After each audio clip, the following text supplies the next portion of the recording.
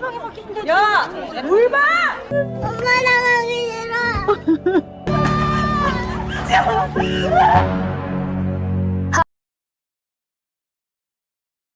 Kali ini saya akan merangkum sebuah film berjudul Citizen of a Kind tahun 2024, di mana film ini akan menceritakan sebuah kisah nyata tentang perjuangan seorang ibu yang berjuang mati-matian menangkap bos mafia penipuan melalui saluran komunikasi telepon. Sehingga khususnya orang tua, mungkin film ini bisa dijadikan pelajaran agar dapat mencegah Anda ditipu suatu hari nanti. Seperti apa ceritanya? Yuk langsung saja kita masuk ke alur ceritanya.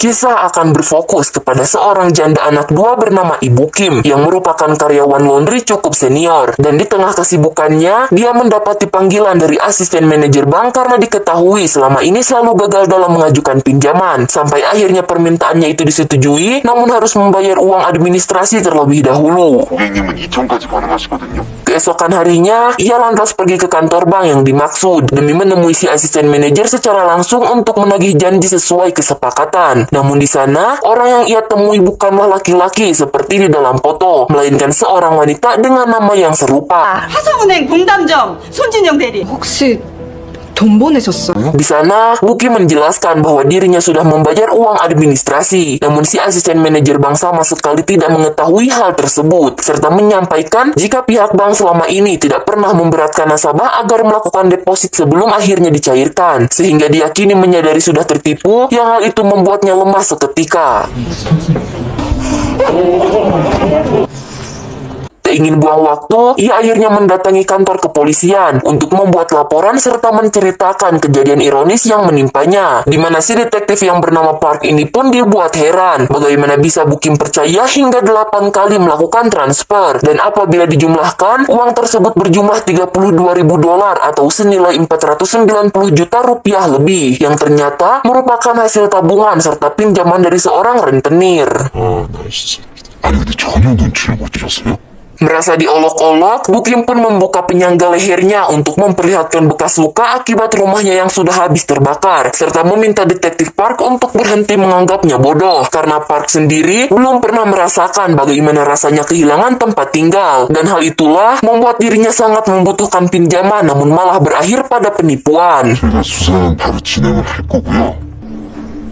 Selesai di sana, dia pergi ke tempat penitipan anak untuk menjemput dua anaknya yang masih pada kecil-kecil, di mana hal tersebut terpaksa dirinya lakukan karena tak sanggup membayar jasa akibat seluruh uang tabungan sudah habis. Dan kini, dia berencana numpang di gudang laundry tempatnya bekerja sebelum kembali mendapatkan uangnya. 여기저기서 나는 왜 안 봐주냐 그러니까. 아니 알지 나도.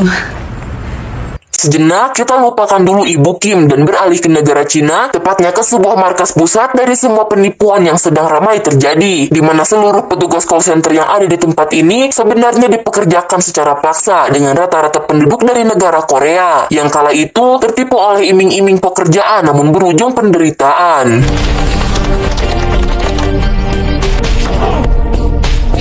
Dan inilah sosok Jaemin. Ia merupakan salah satu petugas call center yang sebelumnya telah sukses menipu Ibu Kim. Dan saat ini, dirinya juga tengah melakukan perbuatan yang sama karena gerak-gerik mereka terus diawasi oleh para mafia, serta akan diberikan kekerasan fisik apabila terlihat tidak bekerja dengan serius. 야, 이 새끼야 막아? 막아? 이 새끼야. Di sana, mereka terkurung bagaikan di penjara, tanpa bisa menghubungi siapapun, bahkan tidak bisa kembali ke negara asal akibat paspornya diambil. Di mana Jaemin yang sudah mulai muak akan tempat ini pun mencoba ingin melarikan diri secara diam-diam, tepat di saat semua rekannya sudah tertidur pulas.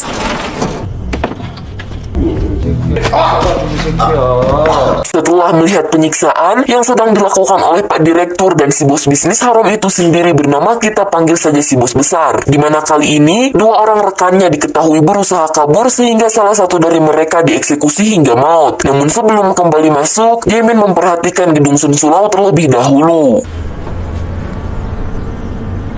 Beralih ke tempat Bukim bekerja. Di sana ia mempunyai dua orang sahabat senasib bernama Sokja, dan satunya lagi berasal dari Cina yang bernama Bong Lim. Sehingga layaknya besti-besti pada umumnya, mereka tentu saja selalu meledek satu sama lain, namun hanya sebatas candaan semata. 빌린 돈도 빨리 갚아야 되는데.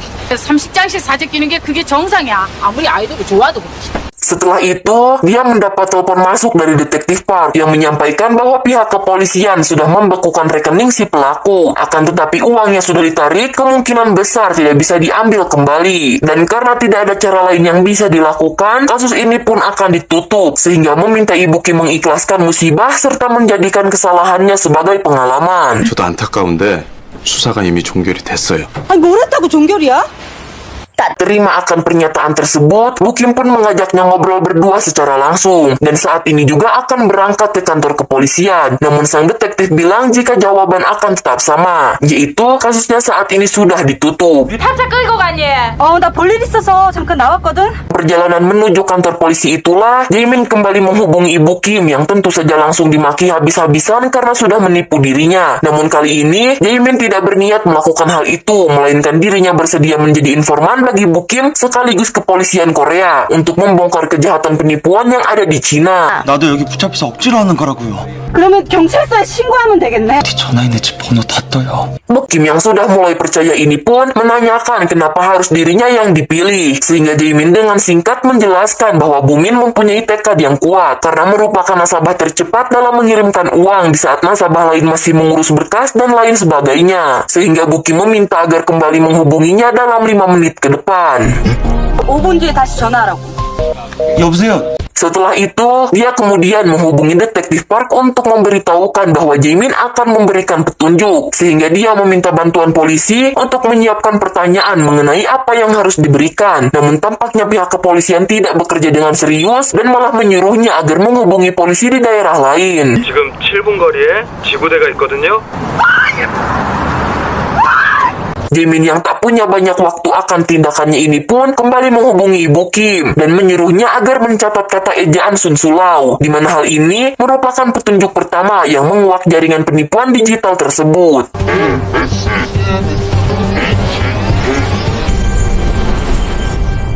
Bu Kim yang sudah sampai ke kantor polisi pun kembali bersemangat sampai terus mengikuti detektif Park hingga ke toilet. Dan di situ dia memberitahu bahwa kode yang diberikan oleh Jaemin mengartikan sebuah lokasi yang berarti dekat dengan gedung-gedung bernama Sun Sulau yang letaknya berada di daerah negara Cina. Namun Park sama sekali tidak memperdulikan hal itu serta meninggalkan Bu Kim begitu saja. 그거 없으면 못해요.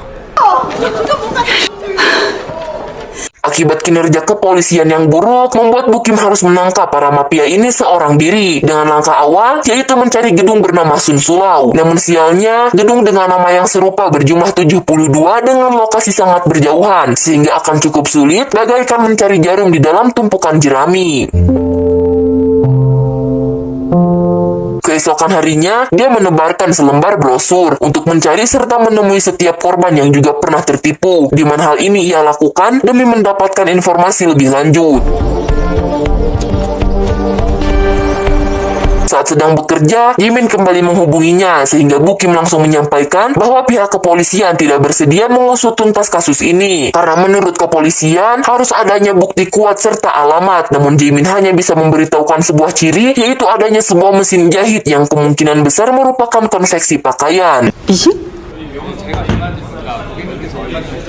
Di tengah percakapannya itu, ia dihampiri oleh Sokja yang memberitahukan bahwa 2 anaknya kini akan dibawa oleh Dinas Perlindungan Anak, dikarenakan ada salah satu karyawan melapor tentang buah hatinya yang tidak terdidik dengan baik, serta tidak mendapat kehidupan yang cukup layak. 조사 끝날 때까진 일단 센터에서 안전하게 보내요.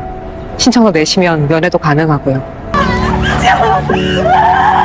Dikarenakan masalah terus datang bertubi-tubi, ia akhirnya curhat akan hal itu kepada sahabatnya, di mana Bong Lim yang merupakan orang Cina asli pun mengatakan bahwa lokasi tersebut tidak jauh-jauh amat dan dapat ditempuh dalam kurun waktu 1,5 jam menggunakan jalur langit, serta memiliki adik kandung perempuan yang merupakan supir taksi di daerah tersebut. 동생이 칭따오에 있다 그랬지? 우리 예림이 춘주를 보고 못 봐서. Dengar hal itu, Bu Kim lantas memohon agar ikut mengantarnya pergi ke Cina demi menemukan alamat keberadaan tempat serta menangkap si penjahat secara langsung. Di mana Sokja yang kebetulan ingin mendapatkan udara segar pun juga ikut memberi dukungan yang membuat Bong Lim pasrah dan menyetujui akan permintaan sahabatnya. 우리 민지 훈이 없이 못 살아.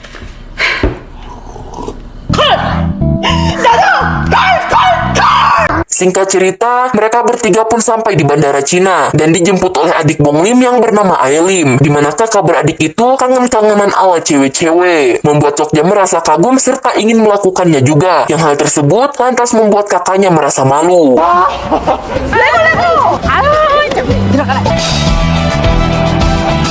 Setibanya di lokasi gedung pertama, Bukim dan Bong Lim akan masuk ke dalam, sementara Sokja dengan Ailim hanya menunggu di dalam mobil sambil memotret area untuk dijadikan dokumentasi. Namun di sana, mereka yang mencoba mengelabui seorang karyawan dengan cara menawarkan kain jenis terbaru pun malah mendapat perlakuan kasar yang membuat dua jari Bong Lim terkilir.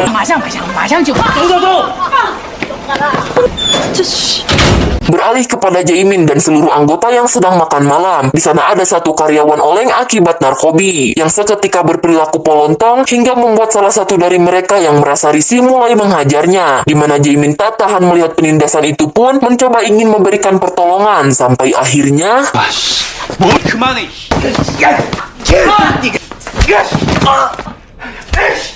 baru saja diantar ke dalam kamar, si pria yang bernama kita panggil saja dengan sebutan Samsul pun malah bertanya apakah Jaemin memiliki narkobi dengan alasan sangat membutuhkan hal itu karena tidak bisa tidur. Namun Jaemin menghiraukannya dan menemui petugas senior untuk memintanya agar direkrut menjadi pengawas dengan memberikan segelintir uang kepada orang tersebut. 아, 저 다름이 아니라 여기요.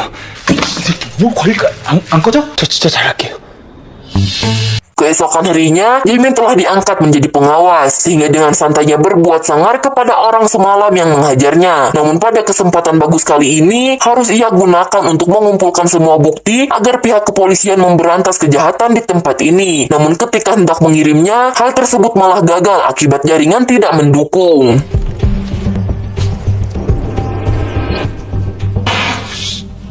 Malam harinya, ia pun menyelinap masuk ke ruangan manajer, hanya sebatas ingin mengirimkan bukti foto serta dokumen yang sebelumnya tidak terkirim. Dan di waktu yang bersamaan, Samsul dengan santainya malah masuk ke sana, sehingga membuat keberadaannya hampir diketahui. Namun atas perintahnya, Samsul pun siap berkorban demi mengulur waktu.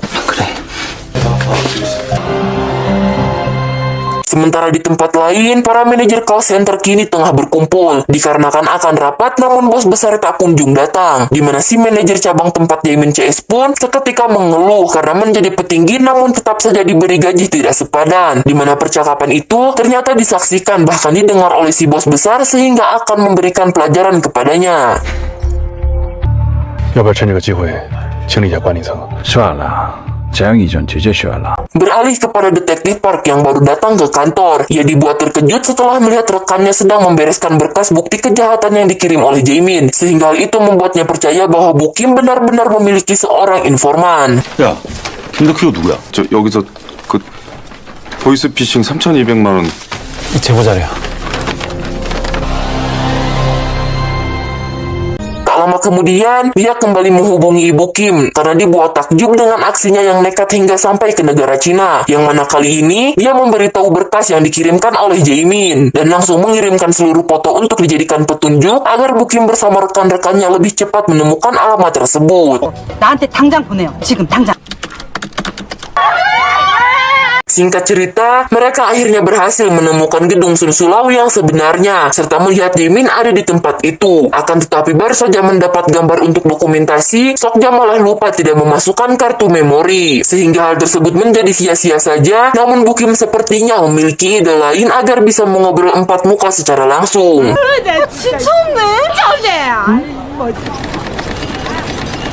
Dan inilah rencana yang dimaksud. Dia bersama Bong Lim saat ini berpura-pura menjadi tukang jahit untuk memberikan kode kepada Jaemin bahwa mereka telah berada di Cina.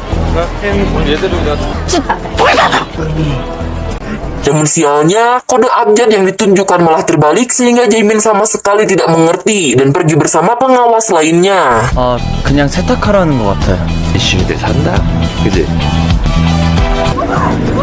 Setelah detektif Park mendapatkan foto dokumentasi dari Sokja, ia yang kini sudah mempunyai bukti foto serta ingin segera naik gaji sekaligus jabatan pun kemudian meminta atasannya untuk memberikan izin agar mendapatkan perintah untuk berangkat ke Cina. 넌 형사야? 내가 주소 바로 찾지. 신소리 하지 말고 밥이나 먹어.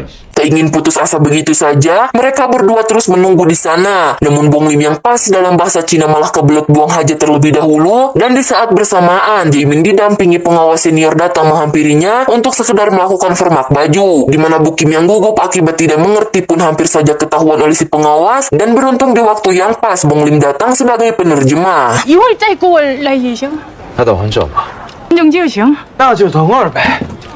Pengawas senior yang ingin membeli makanan lantas diajak masuk oleh Bong Lim untuk memberi kesempatan agar Bu Kim berbicara secara langsung. Namun karena sedikit agak canggung, yang menyuruhnya agar membawa handphone miliknya yang saat ini disimpan di keranjang supaya bisa terus-menerus memberikan informasi. 내 핸드폰 뒷자리 알지?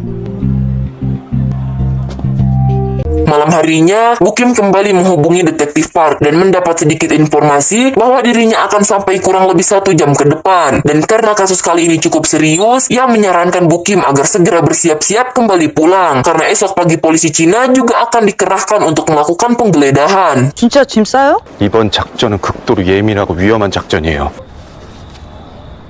Sementara itu, Jae Min yang baru mengetahui bahwa si bos akan datang malam ini juga pun tidak ingin membuang kesempatan, sehingga dia langsung mengirimkan informasi tersebut kepada Bu Kim, sehingga Bu Kim CS pun sedikit dibuat panik karena Pak Detektif kini masih dalam perjalanan. 통책이 지금 온답니다. 어떡하냐? 박 경사 언제 오냐? Dalam toilet lain, Samsul yang merupakan pecandu berat narkobi pun memakai barang haramnya hingga tepar. Tepat saat sebuah mobil datang langsung melakukan penyerangan kepada seluruh anggota yang ada di sana, di mana hal tersebut merupakan jebakan dari si bos besar untuk memberikan pelajaran akibat si manajer yang protes masalah gaji sebelumnya.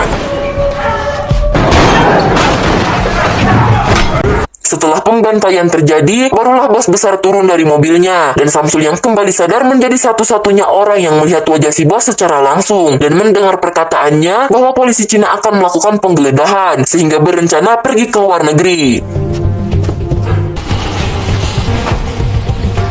Tak lama kemudian, Bu Kim mendapat panggilan masuk dari detektif Park yang memberitahu bahwa dirinya baru sampai di bandara, di mana ia yang dibuat panik pun segera melaporkan bahwa bos besar akan pergi, karena terlihat sudah mengangkut perangkat yang diperlukan. Sehingga Park pun menyuruhnya agar tetap berada di sana, serta jangan pernah mengambil tindakan ceroboh.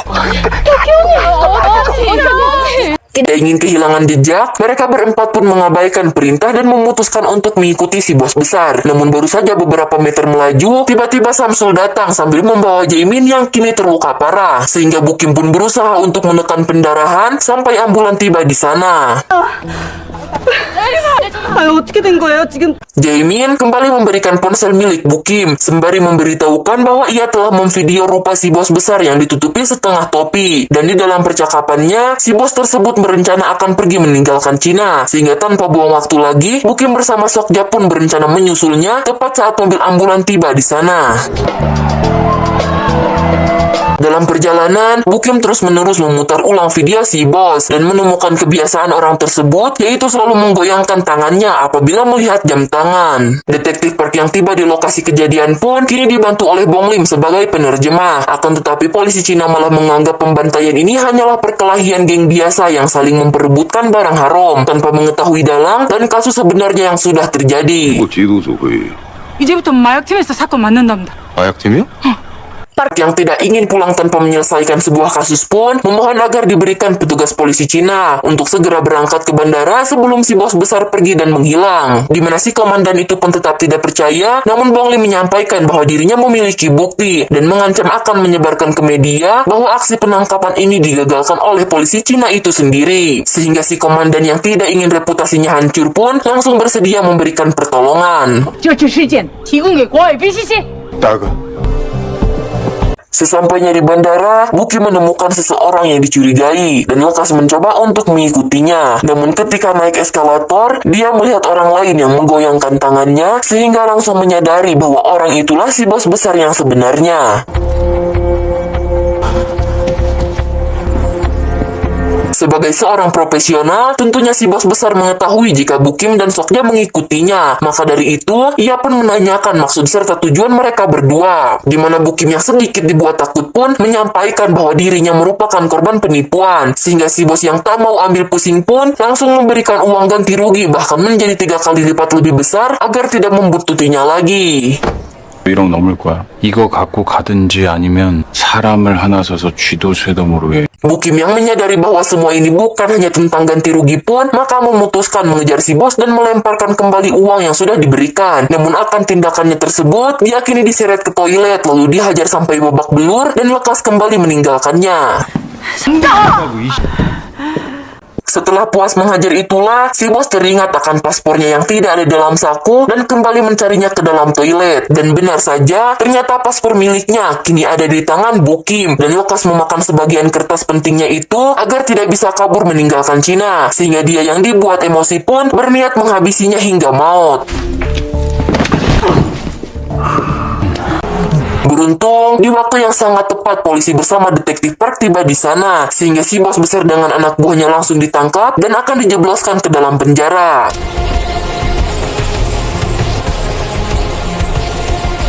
Beberapa hari berlalu, Jimin yang sudah mendapat perawatan lantas menceritakan semua kejahatan si bos. Sementara di sisi lain, seorang pengacara dari si bos besar memohon agar Bukim mencabut tuntutan dengan imbalan uang $300.000 atau senilai 4 miliar lebih apabila dirupiahkan. Namun dia tetap menolak hal tersebut serta teguh akan pendiriannya. Dalam perjalanan pulang menggunakan mobil laundry, Bukim pun menelpon buah hatinya yang saat ini bersama Sokja dan Bong Lim. Dengan kata lain, ia pun telah berhasil mengambil kembali putra-putrinya dari Dinas Perlindungan Anak. Tamat? Itulah rangkuman untuk alur cerita film kali ini. Tidak lupa saya selalu ingatkan untuk teman-teman semua agar nonton film aslinya juga ya, supaya bisa mendapatkan pengalaman menonton yang lebih baik dan mendukung industri perfilman. Terima kasih semuanya, bye-bye.